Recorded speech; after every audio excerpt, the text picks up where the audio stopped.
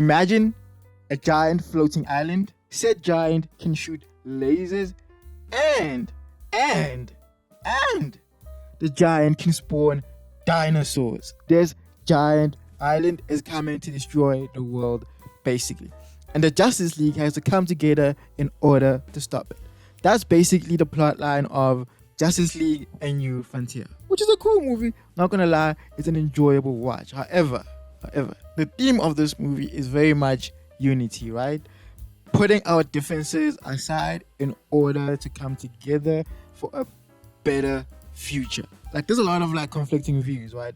Like, for one, Superman is very much Boy Scout, take the high road, whereas you come across somebody like Diana, who's very much let's make people pay for their sins, especially if those people are men. There's always Batman, who's forever doing his thing and the way he handles crime, which very much is not aligned with what everybody else does.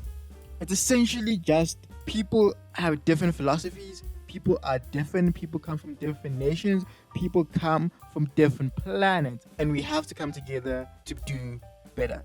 That's the message that I get when I watch this movie. Pure unity. But in an effort to get that unity across, right, it touches a lot of different characters, and I feel as though it doesn't fully explore them, for lack of a better phrase. When I watched this movie, I walked away feeling like it would have been better off if it had been a Green Lantern movie. Green Lantern carries here. Like, a lot of the storyline, a lot of the emotional backbone feels like it comes from Hal Jordan's origin story. They tried to include Martian Manhunter's story here because it makes sense, right? Like, somebody who comes from another planet, put away our differences, and then we come and deal with this huge alien, which then communicates this idea of unity still. However, there's other characters, the Batman point of view, the Diana versus Superman point of view, Diana's whole issue on the island about her not being there enough. There's all these little touch points, bro, all these little storylines that I feel like were teased but couldn't be fully explored because it is a 1 hour 15-minute movie.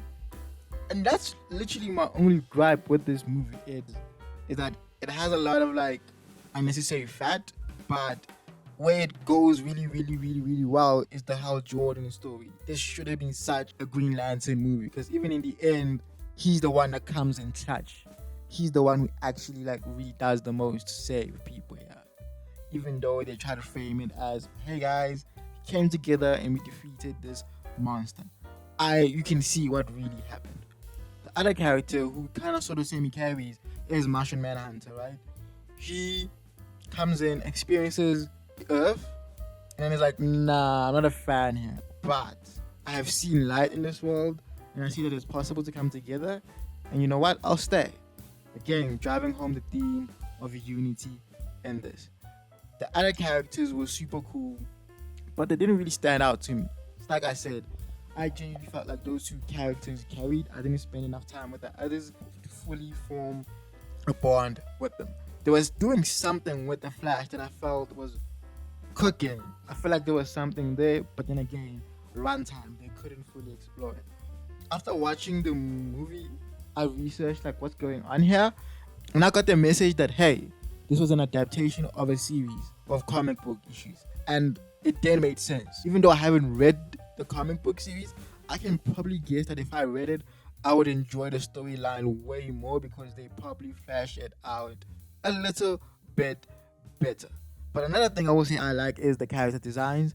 I like how Diana is portrayed in this. Like, she's super tall, she can stand up to Superman. I think she's even taller. But like, the way she looks like an Amazon, bro. She looks like an Amazon. There's also Superman. Not the biggest fan of the suit, but from what I understand, it's a homage to the Golden Age. Same with Batman. First suit was, I'm not sure, but then he changed his character design, and I'm like, bro, I'm on board now. Just one thing, Martian Manhunter, his head, his face. I don't know why, but I'm not a fan. I'm really not a fan of the way it was portrayed here. But other than that, solid art style, solid everything else. I don't think you can go wrong with Hal Jordan. Very clear. Even when they brought in Aquaman, with the long hair. I was like, you know what? I fuck with this. This looks cool. This looks like Aquaman. Very well designed. But honestly, that's really how I feel about this movie. A lot of it is executed well. I think they do a lot of things right.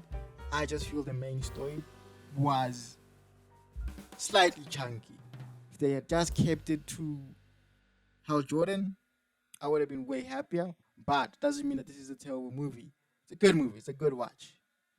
Just off a bit.